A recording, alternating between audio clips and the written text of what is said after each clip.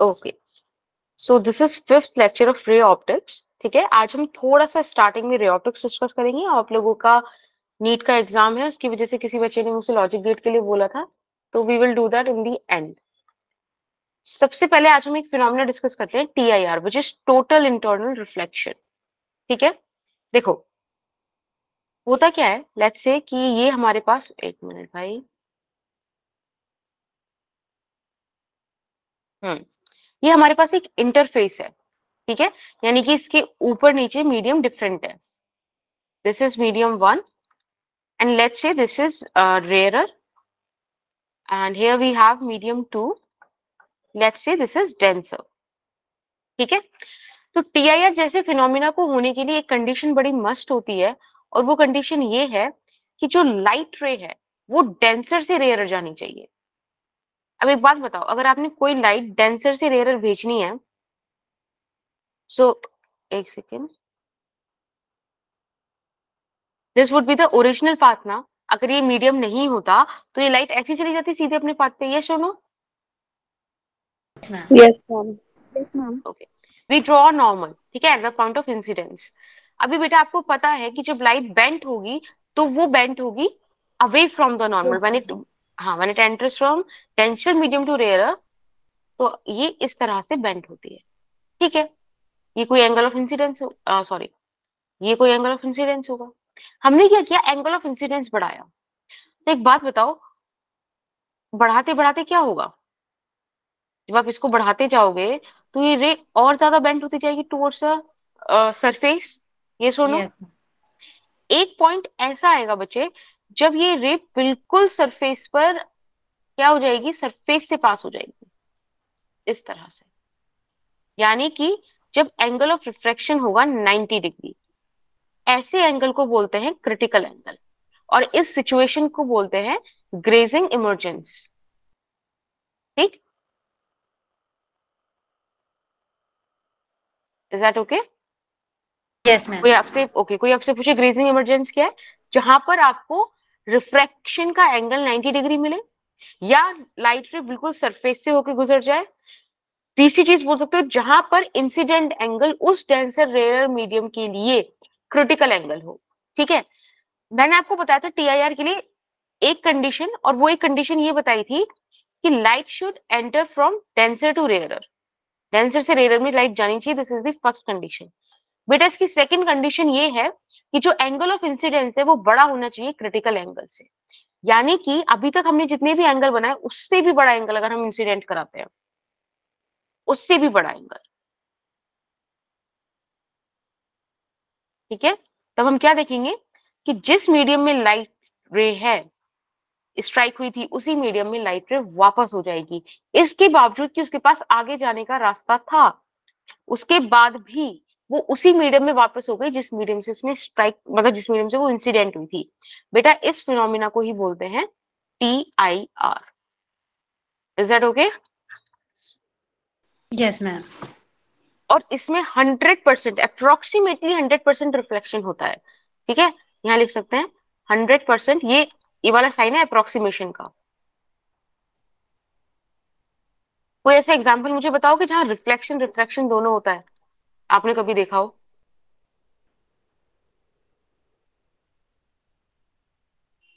Anything? दोनों एक साथ। हाँ,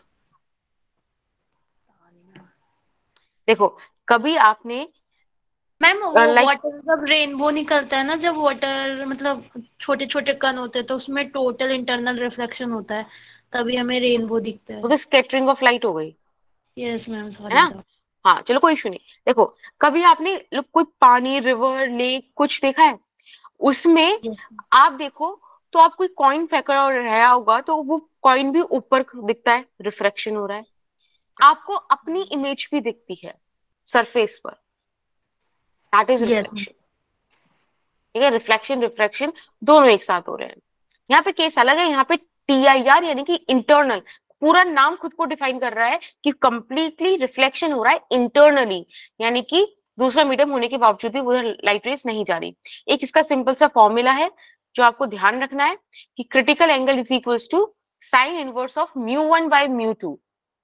ओके, ध्यान रखना म्यू2 क्या है, डेंसर मीडियम वाला, ठीक है, और म्यू1 क्या है बेटा, रेयर रेयर। मीडियम। ध्यान रखोगे इस वाली चीज का, ये वाला फॉर्मूला, यस मैम। ठीक है। एक क्वेश्चन करते हैं, बताओ उसका आंसर। यहाँ पूछा है find the critical angle for air, आपको रिफ्रैक्टिव इंडेक्स दिया है, ग्लास, उसका रिफ्रैक्टिव इंडेक्स दिया, इनके इंटरफेस पे क्रिटिकल एंगल निकालो क्या हो।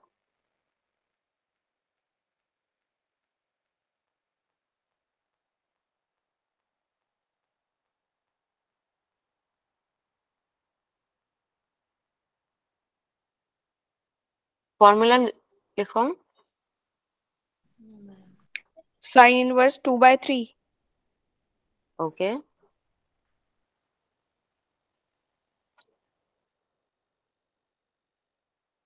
सही है। अब देखो बस सिंपल सा फॉर्मूला था, यहाँ पे हमें वैल्यू पुट कर देनी है। म्यू1 का वैल्यू कितना होगा, जो रेयर मीडियम का होगा 1, 1। म्यू2 का कितना होगा 3/2, ये हो जाएगा 2/3।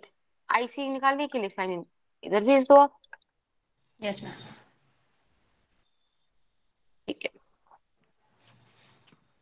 एक ये क्वेश्चन करो, आपको यहाँ पर एक रे दे रखी है, ठीक है, जो ब्लू लाइन से दिखा रखी है, 42 डिग्री पे इंसिडेंट हुई है।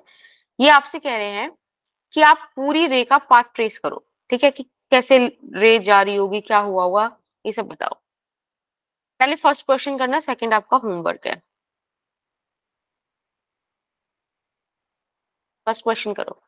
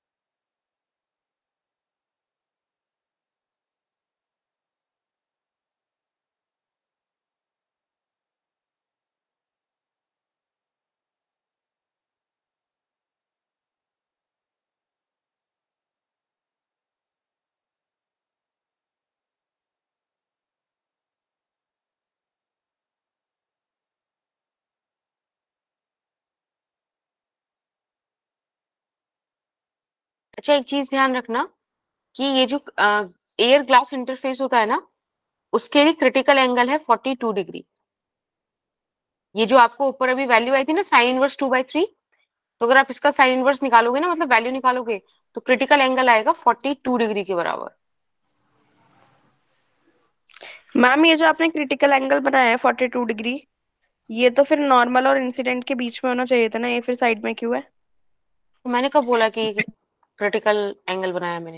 मैं तो तुम्हें एक इन्फॉर्मेशन दी है कि ग्लास और अच्छा। एयर का क्रिटिकल एंगल 42 डिग्री होता है, ठीक है, अगर ओके क्वेश्चन मैम। में गिवन ना हो।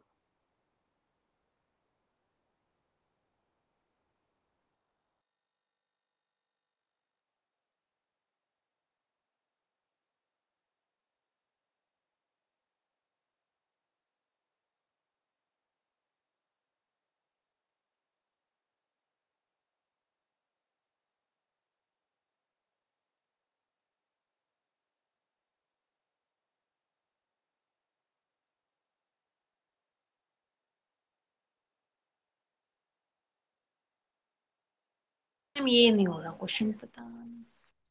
ओके, कोई इशू नहीं, चलो ठीक है, अब हम लोग देखते हैं। देखो, ये 42 डिग्री इंसिडेंट एंगल तो नहीं है, तो इंसिडेंट एंगल निकालने के लिए I am suppose to draw a normal here. मैंने नॉर्मल ड्रॉ किया, ये पूरा 90 डिग्री होना चाहिए ना। इफ दिस इज 42 डिग्री तो ये कितना बचा? 90 माइनस 42 डिग्री, यानी कि कितना आया बेटा? 48। 48 डिग्री। तो इंसिडेंट एंगल हो गया 48 degree. As per the law of reflection it is suppose to pass like this, है ना, yes at the ma'am. angle of 48 degree. Again, if this is 48 degree, तब बेटा एक बात मुझे बताओ, ये वाली चीज 90 डिग्री होगी ना। If this is 48 degree, it is going to be 42 degree. Yes ma'am. This point, let's say A, B, and C. This is a right angle triangle. 42 degree, 90 degree. By triangle angles and property, you will get this is as 48 degree, right? If this is 48 degree, just draw a normal here, बच्चे। फिर ये से पूरा 90 degree, ये कितना हो गया? 42। 42 मैंने आपको क्या बताया था? Critical angle. तो एट दिस पॉइंट अब क्या होगा? लाइट रे रिफ्लेक्शन होगा। लग ग्रेजिंग जाएगी। इमरजेंस, है ना? Yes ma'am. Yes ma'am. इसमें तो this would be the final path. Rays की पावर।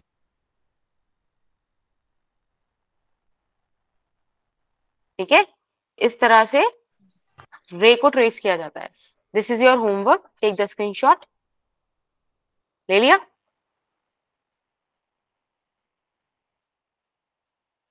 एक यस मैम। क्वेश्चन और करते हैं,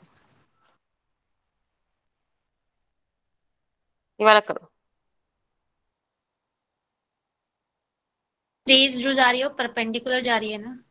हाँ, और यहाँ पे आपको, हाँ बस ये चीज ही दी हुई है, दिस इज परपेंडिकुलर। इसका ये कुछ इंफॉर्मेशन दी हुई है, I don't know why, but trace करो और बताओ क्या होगा आंसर।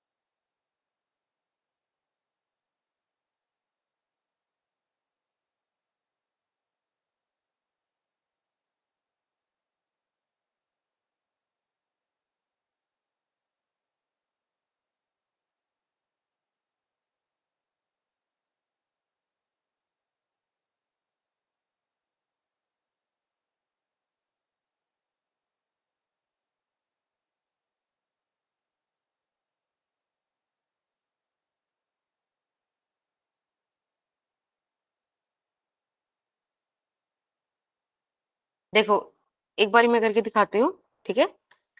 ये 90 डिग्री है, 90 डिग्री पे क्या होगा? नॉर्मल इंसिडेंस वाला केस, यस मैम। सीधा। सीधा ऐसे पास हो जानी चाहिए थी, इस तरीके से यहाँ पे लड़नी चाहिए। अब ठीक है, इसके आगे जो होगा वो देखा जाएगा। फिलहाल अगर आप ध्यान से देखो, this is again a 90 degree angle triangle ना। This is 30, this is 90, it is going to be 60। 60। हाँ। अब जब यहाँ पर ये आया है, तब आप क्या करोगे? एक काम करो, यहाँ पर आप नॉर्मल ड्रॉ करेंगे। नॉर्मल ड्रॉ कर लो। This is 60, this is going to be 30 degree. वाला कलर दिख रहा था क्या? ओके, अभी 30 डिग्री है। अब एक बात बताओ, मुझे नहीं पता आगे क्या होगा, तो मुझे एटलीस्ट जो मेरा नॉर्मल बेसिक कैलकुलेशन है वो तो करना पड़ेगा। तो मैंने आपको बताया था कि आप स्नेल्स लॉ लगाओ। कैसे लगाओगे? जो रिफ्रैक्टिव इंडेक्स उठा रहे हो उसी का एंगल उठाओ, बराबर। अगर वो यहाँ आती है तो यहाँ पे क्या आएगा? 1 × sin r। r क्या होगा बेटा? लेट्स से कुछ ऐसे पास हुई, this angle is r, right. Air है यस। तो 1 आ गया।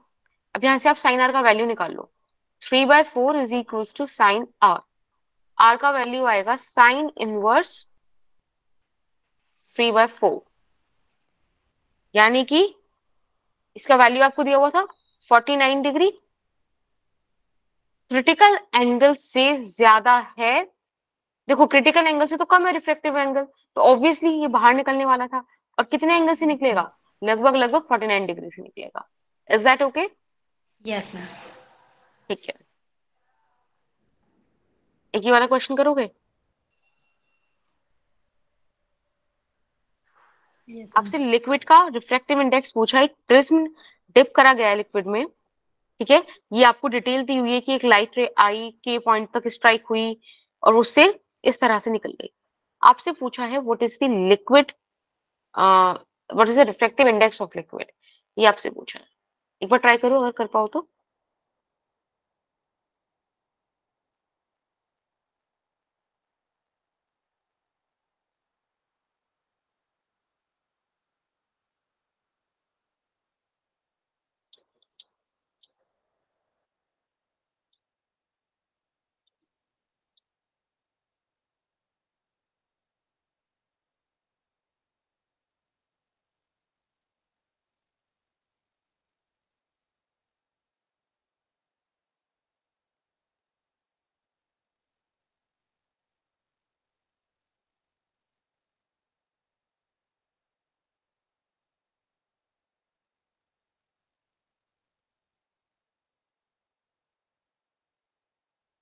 ट्राई टू सॉल्व इट, ठीक है, till 15:25, otherwise I will do this.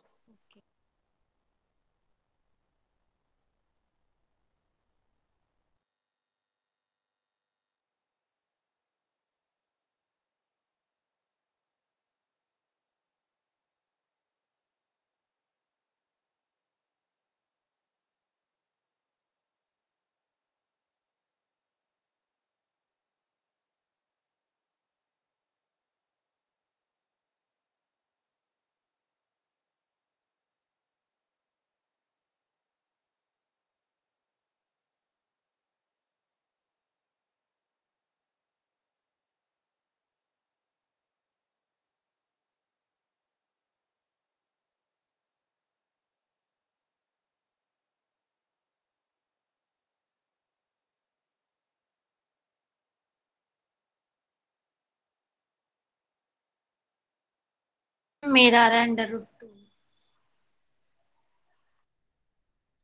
Okay, ठीक है।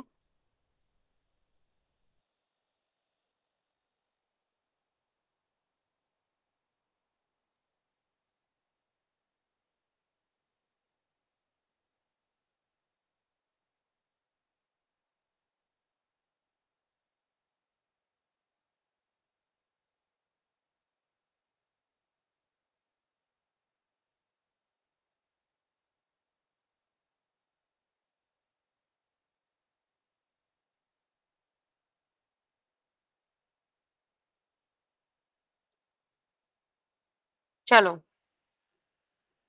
एक बार हम लोग सॉल्व करते हैं, लेट्स सी कैसे होगा। यहाँ पे जो उन्होंने डिटेलिंग करी हुई है इसमें से एक काम करते हैं, यहाँ पे पहले एंगल ऑफ इसका इंसिडेंस निकालते हैं कि ये एंगल कितना है। अब कैसे निकाले? अब एक बात बताओ, ये वाला ट्राइंगल ए बी और सी राइट एंगल ट्राइंगल है ना, 90 60 it is going to be 30, yes ma'am. ये इट इज 60। 60, यानी कि यहाँ पे जो क्रिटिकल एंगल है वो 60 डिग्री है। क्यों? क्योंकि इसके कॉरेस्पॉन्डिंग आपको क्या मिल रहा है? रेजिंग इमरजेंस मिल रहा है, 90 डिग्री का रिफ्रैक्टिव एंगल मिल रहा है। ये सुनो, ठीक है, तो क्रिटिकल एंगल मुझे मिल गया। एक चीज तो ये पूरी हुई। अब क्या करें? इसके अलावा एक बात बताओ, मैंने अभी आपको एक फॉर्मूला बताया था, sine of IC is equals to μ1/μ2, mu of rarer medium basically upon mu of denser medium, बताया था ना। Yes ma'am.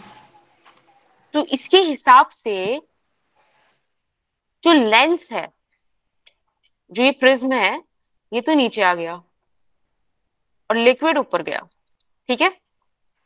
Sign of 60 degree क्या वैल्यू होती है? साइन ऑफ 60 डिग्री की √3/2। Yes ma'am. यहाँ पे लिक्विड आ गया, और बेटा प्रिज्म का रिफ्रैक्टिव इंडेक्स कितना है, √2। ठीक है, यहां से देखो लिक्विड का रिफ्रैक्टिव इंडेक्स कितना आ गया, √3/2। ठीक, यस मैम। ओके। अब देखो एक कंडीशन सोचते हैं, सर्कल ऑफ इल्यूमिनेशन होगा क्या, एक सोर्स ऑफ लाइट है, वो मिड पे रखा है, ठीक है, मतलब बिल्कुल बॉटम में रखा है। अब सोचो यहाँ पे लिक्विड है, वाटर है सपोज, और इधर एयर है, तो आप समझ गए this is denser medium, this is rare medium, right. Light denser से रेयर ट्रेवल करेगी, यानी कि एक कंडीशन तो फुलफिल होती है टीआईआर की, कि लाइट को डेंसर से रेयर जाना है, ये चीज तो फुलफिल होती है। अब सेकंड केस की क्या बात करें, हमें बस ये चाहिए कि कैसे ही इंसिडेंट एंगल क्रिटिकल एंगल से बड़ा हो जाए तो बस हमारा टीआईआर हो जाएगा, होगा, यस लगता है मैम। ऐसा।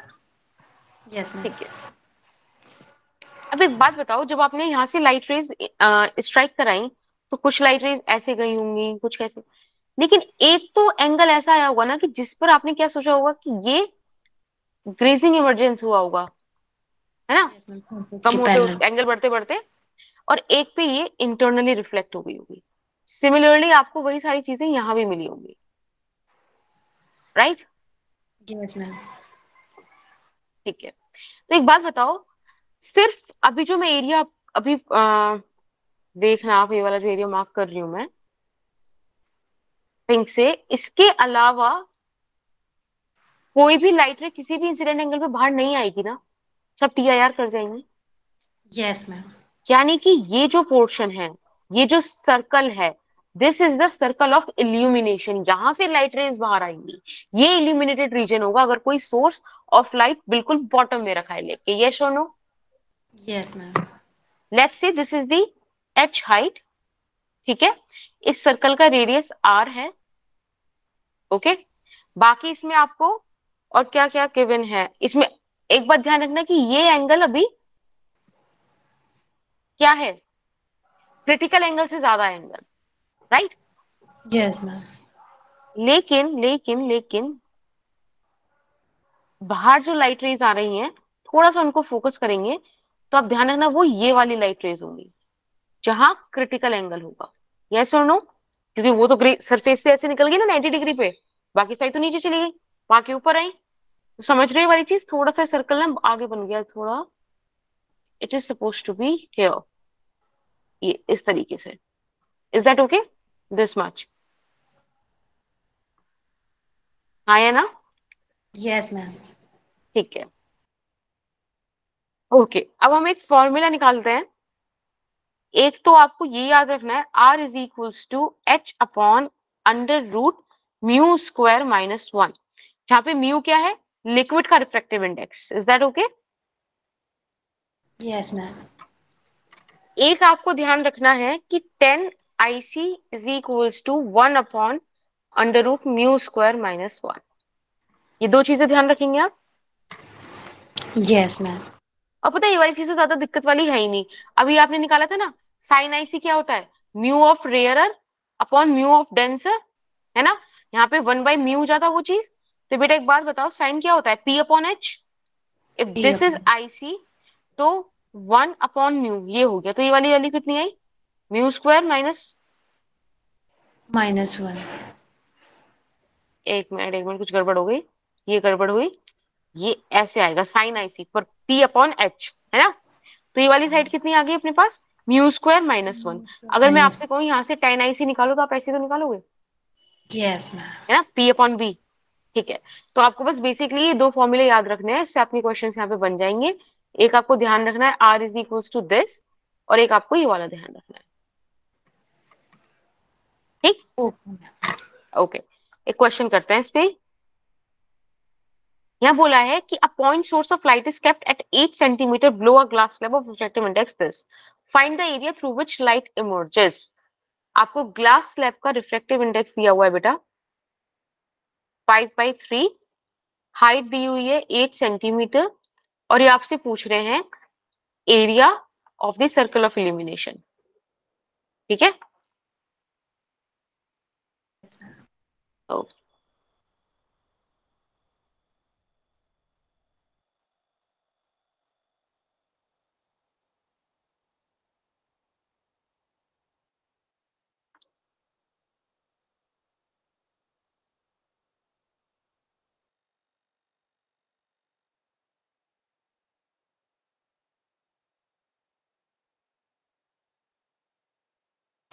Ma'am correct option C 36 pi. Very good बेटा।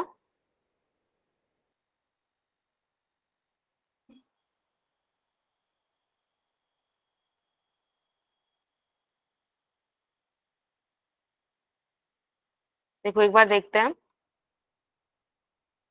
फॉर्मूला क्या है। R is equal to H upon under root mu square minus 1।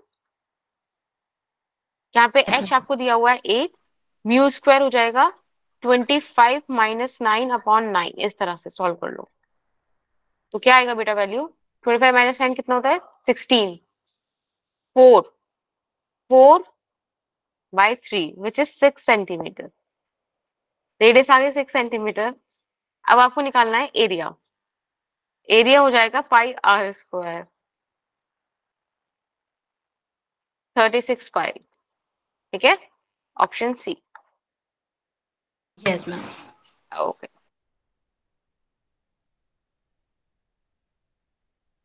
आपने बहुत सारे optical phenomena I think experience करें, शायद आपको नाम नहीं पता।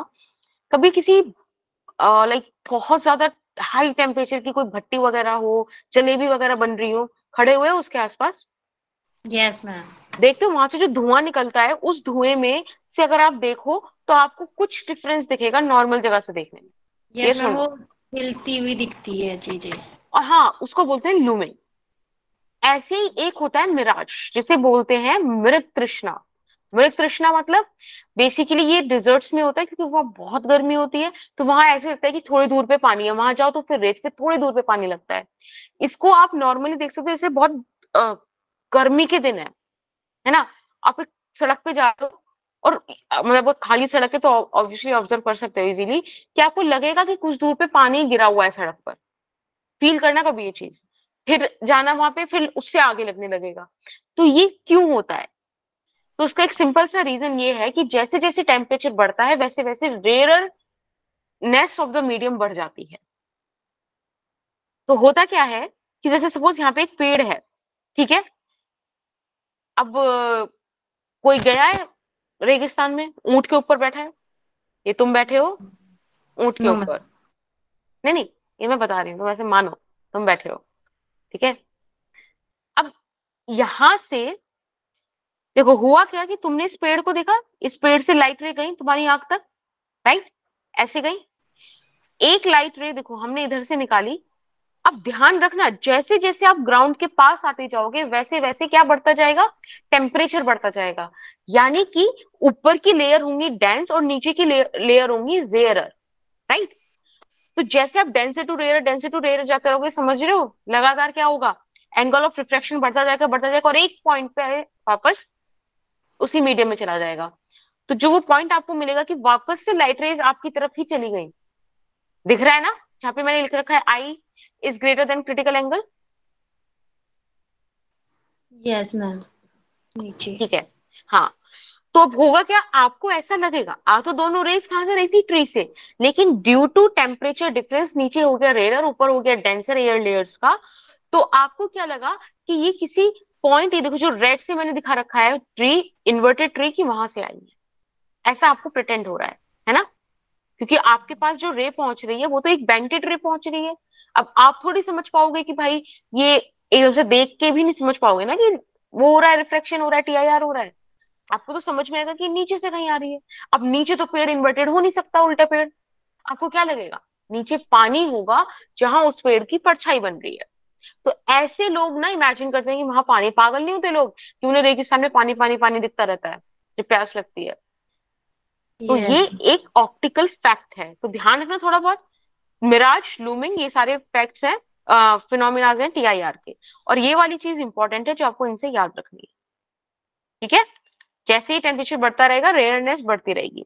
एक आता है ऑप्टिकल फाइबर, ठीक है। इसके बाद बस हमारा वो शुरू हो जाएगा, डोंट वरी। देखो ऑप्टिकल फाइबर एक तरीका है, और आज के टाइम में सबसे बेस्ट तरीका है सिग्नल्स को ट्रांसमिट करने का। एक ऐसी ट्यूब होती है जिसमें दो सरफेसेस होती हैं, इसके अंदर भी एक सरफेस होती है, एंडिंग और कोर। बिल्कुल, कोर क्लैडिंग।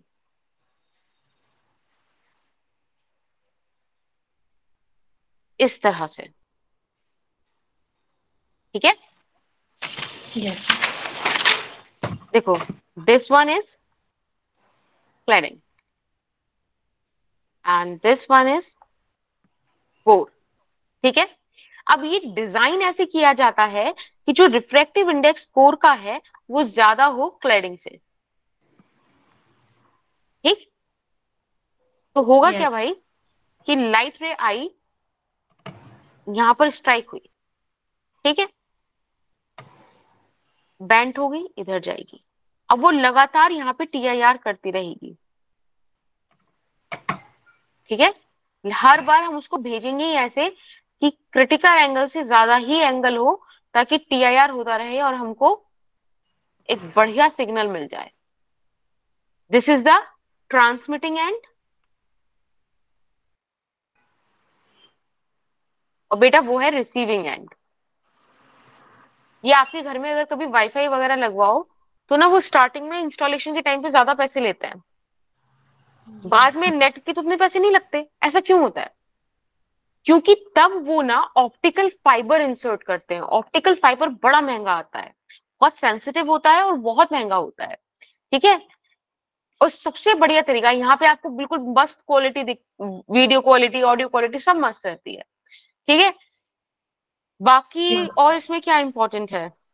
बस इसमें ये चीज इंपॉर्टेंट थी। एक तो रिफ्रैक्टिव इंडेक्स कोर का ज्यादा होता है क्लैडिंग से। कोर क्लैडिंग दो पार्ट होते हैं, एक ट्रांसमिटिंग एंड हो गया, एक रिसीविंग एंड हो गया। कोई पूछे कि इसको कैसे आप, मतलब देखो यहाँ पे क्या होता है, जो इलेक्ट्रिकल एनर्जी है वो इलेक्ट्रिकल एनर्जी की फॉर्म में नहीं जाती, वो लाइट एनर्जी की फॉर्म में जाती है। फिर लाइट एनर्जी को वापस से इलेक्ट्रिकल एनर्जी में कन्वर्ट किया जाता है, राइट। हम बाहर निकलते हैं, एंड पॉइंट से निकलते हैं तब ना। यहाँ पे, हाँ, यहाँ पे एक डिवाइस लगाई जाती है जिसको बोलते हैं ट्रांसड्यूसर। ट्रांसड्यूसर का कैरेक्टरिस्टिक है कि भाई तुम जो भी उसको भेजोगे और वो ना उसको दूसरे फॉर्मेट में ट्रांसमिट कर देता है, ट्रांसफर कर देता है, ठीक है। तो आपने यहाँ पे भी लगाया जाएगा। यहाँ पे आप लाइट थोड़ी भेजते हो, यहाँ पे आपने कोई वीडियो भेजी, तो कोई वीडियो तो एक इलेक्ट्रिकल सिग्नल है ना। ट्रांसड्यूसर ने उसे ऑप्टिकल सिग्नल में कन्वर्ट किया, ऑप्टिकल सिग्नल ट्रेवल हुआ, यहाँ से ऑप्टिकल सिग्नल निकला, लेकिन आपको लाइट थोड़ी दिखती है, आपको तो पूरी वीडियो दिखती है। तो ये ऑप्टिकल सिग्नल वापस ट्रांसड्यूसर की हेल्प से वीडियो में कन्वर्ट होगा। तो इस तरीके से पूरा सिस्टम यहाँ बिठाया जाता है। मेन इंपॉर्टेंट बात इसमें से क्या है कि आप ये समझ पाओ, ठीक है। और ये यस। याद रखना, क्लैडिंग क्लैडिंग कोर दो चीजें होती है। Cladding is just for the safety of the core, ठीक है। अब बात करते हैं प्रिज्म की। आज प्रिज्म की बहुत ज्यादा बातें नहीं करेंगे क्योंकि हमें मतलब लॉजिक गेट भी पढ़ना है, अदरवाइज करते। प्रिज्म एक ऑप्टिकल इंस्ट्रूमेंट है जो सॉलिड होता है, होमोजीनियस है, ट्रांसपेरेंट है, रिफ्रेक्टिंग है, ठीक है। इसके पास दो ट्राइंगुलर और तीन रेक्टेंगुलर सरफेसेस होती हैं। यूजुअली हम इसको इस तरह से दिखाएंगे, पूरा ये डायग्राम नहीं बनाते, ठीक। बाकी इसके कुछ फॉर्मूलाज हैं जिन्हें मैं कल डिस्कस करूंगी, ठीक है, थोड़ा तसल्ली से। Okay. We will discuss them on Monday, और मोस्ट प्रोबेबली कल वाले वीक में आपका पूरा वेव ऑप्टिक्स भी खत्म हो जाएगा, क्योंकि अब इसमें ज्यादा लेक्चर्स बचे नहीं है। अब लॉजिक गेट डिस्कस कर लेते हैं, ठीक है। ओके। देखो, लॉजिक गेट ना एक ऐसा इलेक्ट्रॉनिक सर्किट है जिसमें दो या दो से ज्यादा इनपुट होते हैं और एक आउटपुट होता है। एक डिजाइंड, एक मैथमेटिकली कनेक्टेड आपको एक कोडेड आउटपुट मिलता है। और मैथमेटिकली कहना गलत है, ये एक अलग तरीके की एल्जेब्रा को फॉलो करता है जिसे बोलते हैं बुलियन एल्जेब्रा, ठीक है। इसके बारे में बहुत सारी चीजें आप आगे फर्दर जब इलेक्ट्रॉनिक्स या फिजिक्स कंटिन्यू करोगे तब पढ़ोगे, पर टाइमिंग हमारा वो कंसर्न नहीं है। बट एक ध्यान रखना, इसमें 1+1 2 नहीं होता, 1+1 1 होता है, ठीक है।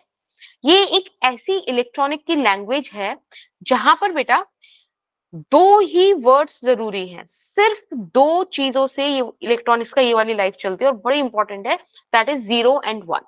सिर्फ अगर 0 है इसका मतलब लो वोल्टेज या ऑफ सिचुएशन है, 1 है तो मतलब क्लोज्ड है या हाई वोल्टेज यानी कि ऑन वाला पोजीशन है, ठीक है। इसको आप ऐसे भी समझ सकते हो कि 1 का मतलब ऑन है और 0 का मतलब ऑफ है, लेकिन मैम इसमें तो 0 का मतलब ओपन स्विच लिखा हुआ है और 1 का मतलब क्लोज हाँ, स्विच लिखा तो हुआ है। ओपन स्विच है तो कोई करंट थोड़ी जाएगा, क्लोज स्विच है तभी तो करंट जाएगा, ठीक है ना। Yes yes. अब इसमें हम डायरेक्ट आते हैं नंबर ऑफ गेट्स। सबसे पहले बात करते हैं और गेट की। और गेट में और एंड गेट में मैं आपको एक सिग्नल, एक इलेक्ट्रिकल सेटअप से समझाने की कोशिश करूंगी। उसके बाद वाले गेट्स में ना सर्किट्स नहीं आएंगे, क्योंकि वहां ट्रांजिस्टर्स, बहुत सारी चीजों की जरूरत पड़ती है जो शायद अभी आपको मतलब नहीं पढ़ाए गए हैं ना उतना ज्यादा, तो हम उनको ज्यादा छुएंगे नहीं फिलहाल। ये बेसिक गेट्स को, इन्हें मैं आपको एक सर्किट की हेल्प से समझाने की कोशिश करती हूँ। अपने पास ये और गेट है। और गेट में देखो हमने ए और बी करके दो स्विच बनाए हैं।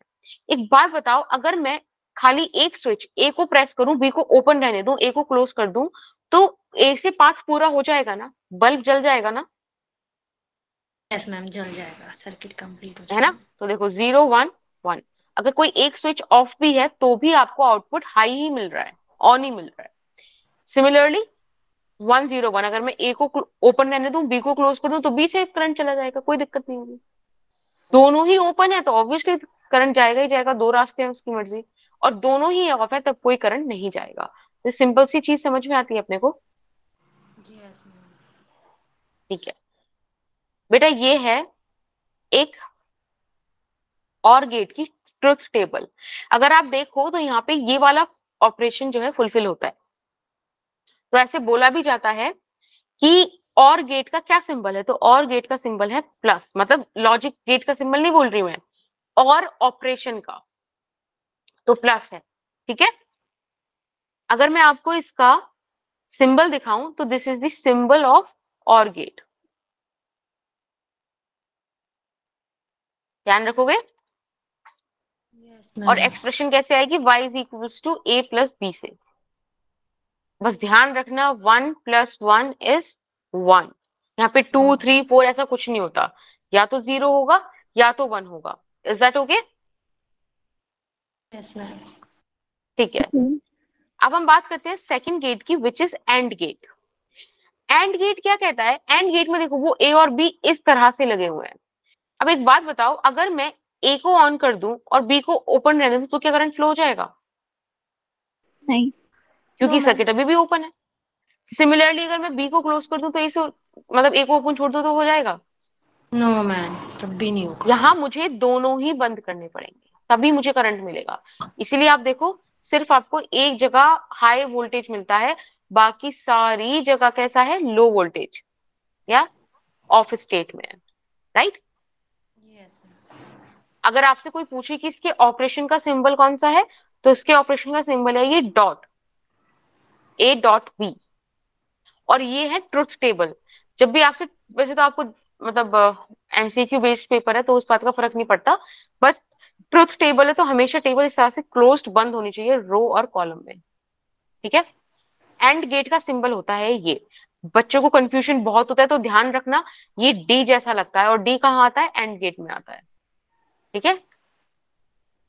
तो इस सिंबल का ध्यान रखना, ये डी गेट, डी जैसा लगता है ना, ठीक है। Yes ma'am.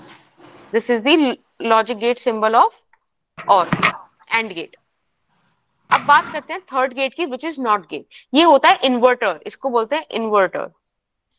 इन्वर्टर क्यों बोलते हैं, क्योंकि ये इन्वर्ट कर देता है जो भी आप इसको सिग्नल दो। ए का ए नॉट कर देगा, आपने 0 दिया 1 देगा, 1 दिया 0 देगा, समझ रहे हो, ठीक है। ठीक है, सिंबल्स ध्यान रखना, यहाँ पे एक बबल लगता है, राइट। Okay ma'am. ठीक है, अब बात करते हैं हम कॉम्बिनेशंस की। मैंने आपको नॉट गेट पढ़ाया और गेट पढ़ाया, अब मैं एक काम करती हूँ, नहीं और गेट पढ़ाया और मैंने आपको नॉट गेट पढ़ाया, अब मैं इन दोनों को जो है ऐड कर देती हूँ। ये जो बबल है ना, इसका मतलब ही है कि आपने इन्वर्ट कर देना है, ठीक है ना। अब जो भी आ रहा है उसको अपोजिट कर दो, बार लगा दो। और गेट का क्या सिंबल था, प्लस का, तो मैंने यहाँ पे दो इनपुट दिए ए और बी, तो उसने क्या करा, ए प्लस बी करा, लेकिन नॉट लगा दिया। क्यों लगा दिया, क्योंकि यहाँ पे बबल था, ओके। Yes ma'am. तो ये एक्सप्रेशन आपको ध्यान रखनी है, y is equals to this thing. इसका एक बार ट्रुथ टेबल देख लेते हैं। अगर दोनों ही 0 हैं तो और गेट के हिसाब से क्या होना चाहिए था, 0 आना चाहिए था, लेकिन नॉट है ना, तो इसलिए इसको रिवर्स कर दिया, इन्वर्ट कर दिया। 0 और 1 है हमारे पास बेटा, लेकिन हमको क्या चाहिए, 0 और 1 को ऐड करोगे तो 1 आएगा, लेकिन 1 का अपोजिट करना है ना, उल्टा करना है, 0 कर दिया। 1 और 0 अगेन 1 आएगा, 0 कर दिया। 1 1 1 आएगा, लेकिन फिर भी 0 कर दिया। ये चीज समझ में आ रही है ना? मैम नॉट का मतलब इन्वर्स कर देते हैं, हाँ, जो भी नॉट का मतलब बिल्कुल, देखो नॉट की टेबल देखो ना, 0 का 1 कर दिया और 1 का 0 कर दिया, ठीक है। और ये बबल इस बात का सिंबल है कि यहाँ पे ये चीज होनी है। ये जो बार आया है ना, ये बार बेटा, ये इसका मतलब यही है कि इसके अंदर जो भी है उसका अपोजिट आपको लिखना है, ओके ठीक मैम। है। ओके, अब बात करते हैं नैंड गेट की। इसमें क्या क्या होगा, इसमें हमारे पास होगा, एक minute, and gate plus not gate, right. अब देखो, एंड का सिंबल क्या था, डॉट, तो ये क्या करेगा, ये डॉट तो कराएगा लेकिन उसके ऊपर बार लगा देगा, ठीक है। अब आप इसकी ट्रुथ टेबल देखो, 0 0 डॉट प्रोडक्ट डॉट होता तो क्या था, 0 आता, लेकिन बार लगा दिया तो 1 आ गया। 0 1 0 बार लगा दिया, 1 आ गया। 1 0 0 बार लगा दिया, 1 आ गया। 1 यहाँ पे 1 जीरो 1। नहीं आना चाहिए क्या बेटा, सेकंड वाले पार्ट में, 0 और 1 अगर प्लस होगा तो मैम 1 आएगा, तो इसका उल्टा नहीं होना चाहिए। लेकिन यहाँ तो प्लस नहीं हो रहा ना, ये ओ एंड आ गया ना, एंड का ऑपरेशन तो ये है, राइट। Yes ma'am. ठीक है। अब पता है हमारे को ये बताया जाता है कि जो नॉट और नैंड है, ये हैं यूनिवर्सल गेट्स, यानी कि ऐसे गेट्स जिनसे आप बाकी के तीनों गेट बना सकते हो, ठीक है। ऐसा गेट खाली नॉर गेट के ही यूज कर करके ना हम एंड भी ला सकते हैं, और भी ला सकते हैं, और नॉट भी ला सकते हैं। देखते हैं कैसे लाते हैं। सबसे पहले नॉट से देखते हैं। देखो, नॉर गेट से मैंने नॉट गेट बनाया। आप क्या करो, एक ये जो इनके दो इनपुट थे ना, इनको कॉमन कर दो, सिंगल इनपुट भेजो, तो आपको इधर क्या मिलेगा, अपोजिट मिलेगा। इसका मैं आपको एक छोटा सा एग्जांपल देती हूँ। देखो, यहां से ए गया, यहां से भी ए गया।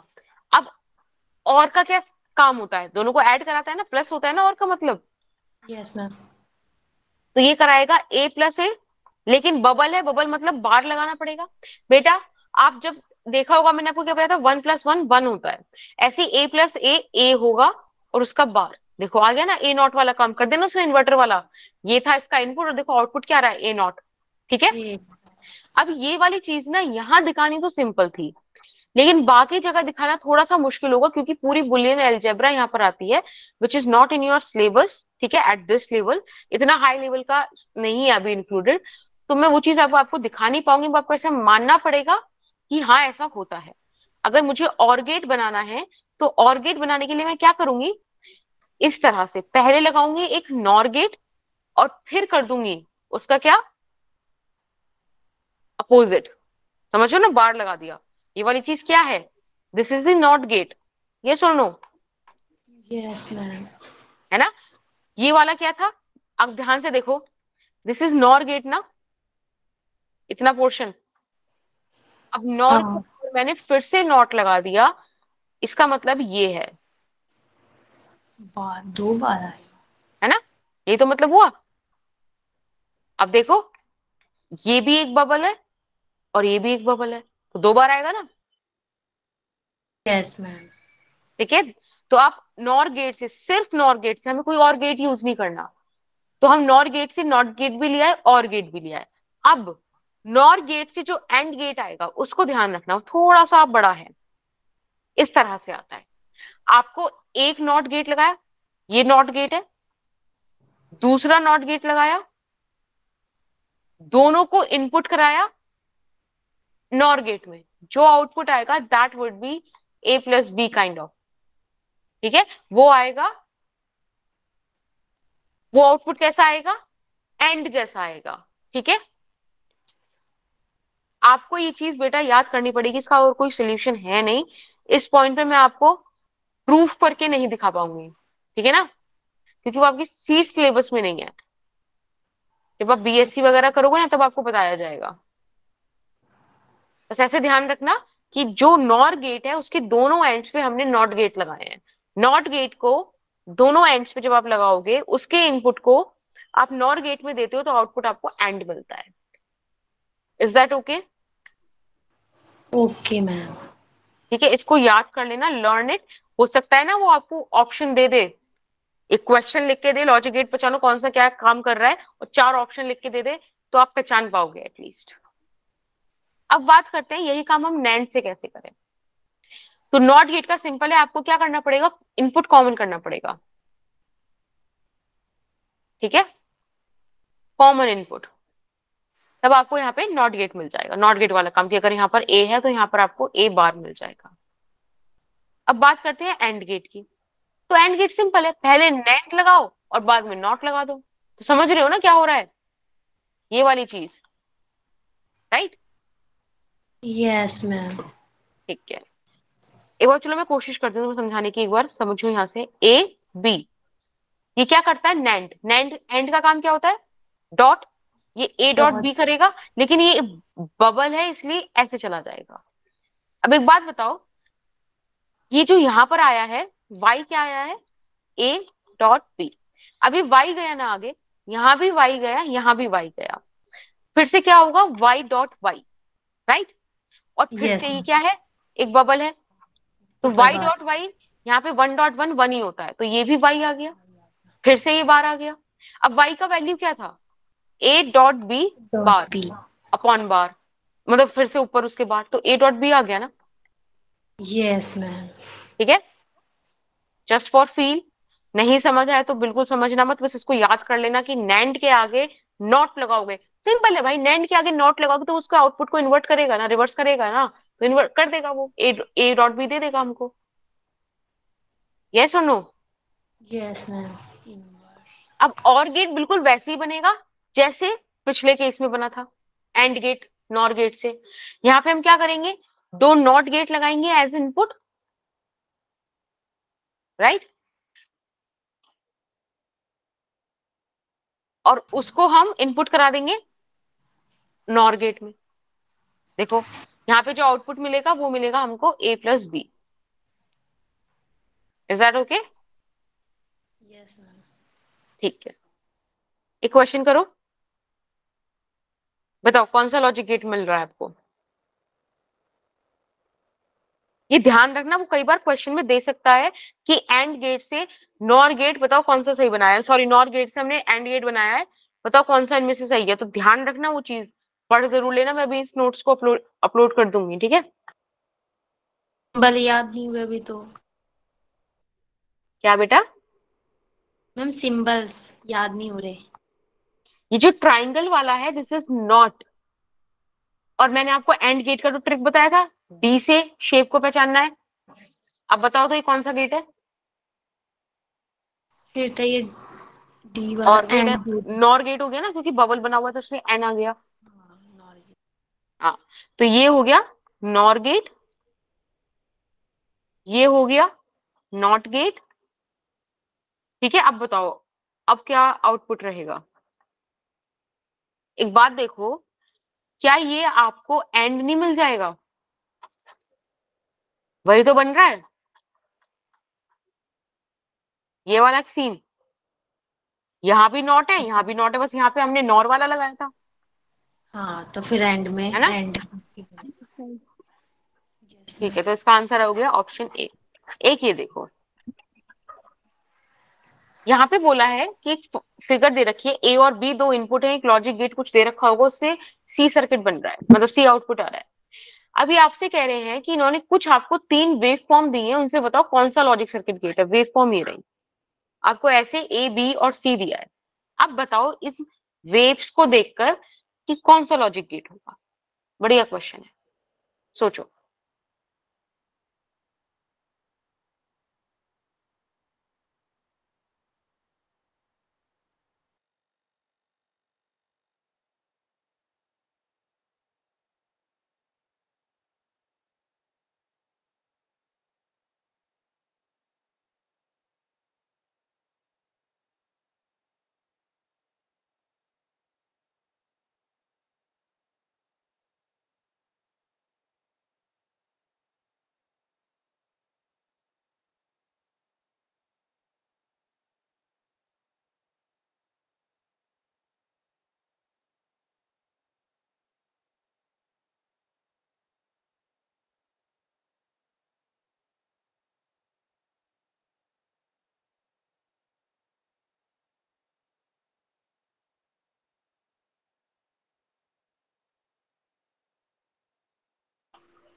मैम नो आएगा।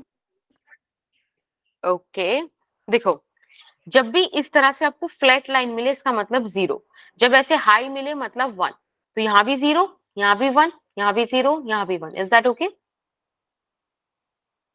यहाँ पे क्या होगा? Yes ma'am. जीरो यहाँ पर, 0 1 यहाँ 1 पे, जीरो यहाँ पे, 1। ठीक है। अब ये तो है इनपुट, राइट? इनके किसी कॉम्बिनेशन से मुझे आउटपुट मिला ये क्या है? 1 और 1 0 0। 1 ये 1 0 फिर 1 1 0। अब देख बात 0 बताओ, 0 आउटपुट तो मुझे 0 मिला, ठीक है। 0 प्लस 0 भी 0 होता है, 0.0 भी 0 होता है। तो अभी तो मुझे कुछ समझ में नहीं आया इस पॉइंट पे, तो आगे चलते हैं। यस यहाँ 1 आउटपुट है, इधर भी 1 आउटपुट है, इधर भी 1 मिल गया। तो अब 1.1 भी 1 होता है, 1 प्लस 1 भी 1 होता है, तो भी कुछ समझ नहीं आ रहा। अब यहाँ 0 है, यहाँ 1 है और यहाँ 0 मिल गया। अब समझो, अगर 0 प्लस 1 होता तो 1 मिलता, लेकिन 0.1 पे मुझे 0 मिल गया ना, तो मतलब ये डॉट वाला सीन चल रहा है। ये क्या है? डॉट वाला हाँ, तो डॉट वाला कौन सा गेट होता है? And gate. And gate. तो this is the wave form of and gate. मैंने आपको वेव फॉर्म का क्वेश्चन भी करा दिया, अब आप इसके लिटरली सारे क्वेश्चंस अटेम्प्ट कर सकते हो, ठीक है। Yes ma'am. किसी को कोई डाउट कुछ पूछना हो तो प्लीज मुझसे पूछो। इसके नोट्स में अभी अपलोड कर दूंगी, तो अगर लॉजिक गेट में बहुत दिक्कत है तो आप इस चीज को यहाँ से कर सकते हो, ठीक है। पढ़ लेना इस वाले पीडीएफ को, लॉजिक गेट कंप्लीट हो जाएगा। Okay ma'am. एक बार एमटीजी की बुक से क्वेश्चन और लगाने लॉजिक गेट के पूरा परफेक्ट, यहाँ से क्वेश्चन फंसेगा भी। नीट के एग्जाम में अगर आप लोग जा रहे हो नीट का एग्जाम देने, तो क्वेश्चन लॉजिक गेट से जरूर आएगा। ये इकलौता ऐसा टॉपिक है जिसे 15 से 20 मिनट दो, 4 से 5 क्वेश्चन इसकी डील करो, और ये आपको 4 नंबर का एक क्वेश्चन जो होगा वो पूरा करवा देगा। मैम नर्सिंग में भी इससे रिलेटेड क्वेश्चन आ सकते हैं। बिल्कुल बेटा, बिल्कुल आएंगे। Logic gate is a very important topic, बहुत ही फ्रूटफुल है। दो उसमें 3 लॉजिक है नाम के, उनसे बहुत बढ़िया बढ़िया क्वेश्चन मिल जाएगा। वेव फॉर्म क्वेश्चन बन सकता है, और इस तरह से सर्किट देकर आपसे पूछ सकता है कि आउटपुट कैसा रहेगा। तो आपको ध्यान रखना है सारे गेट्स कौन से हैं, ठीक है। सिंबल कौन सा है, उनकी ट्रुथ टेबल, बस ये याद रखना। जैसे कि और गेट है तो ए प्लस बी है, एंड है तो ए डॉट बी है, नॉट है तो ए का बार आ जाएगा। ये चीजें ध्यान रखना, ठीक है। और एक बार ध्यान से, नैंड से और गेट कैसे बनेगा, नॉट से एंड गेट कैसे बनेगा, वो वाला डायग्राम जरूर देख के जाना, ओके मैम। ठीक है। All the very best. अच्छे से एग्जाम देना, बिना किसी प्रेशर के एग्जाम देना अगर देने जा रहे हो, ठीक है। तो everything is going to be fine. Ma'am ये नोट्स आज ही प्ले कर दो। अब भी अपलोड कर दूंगी, ठीक है, डोंट वरी अबाउट दैट। बाकी ठीक है, मंडे मिलता है। Okay, bye bye. Bye ma'am.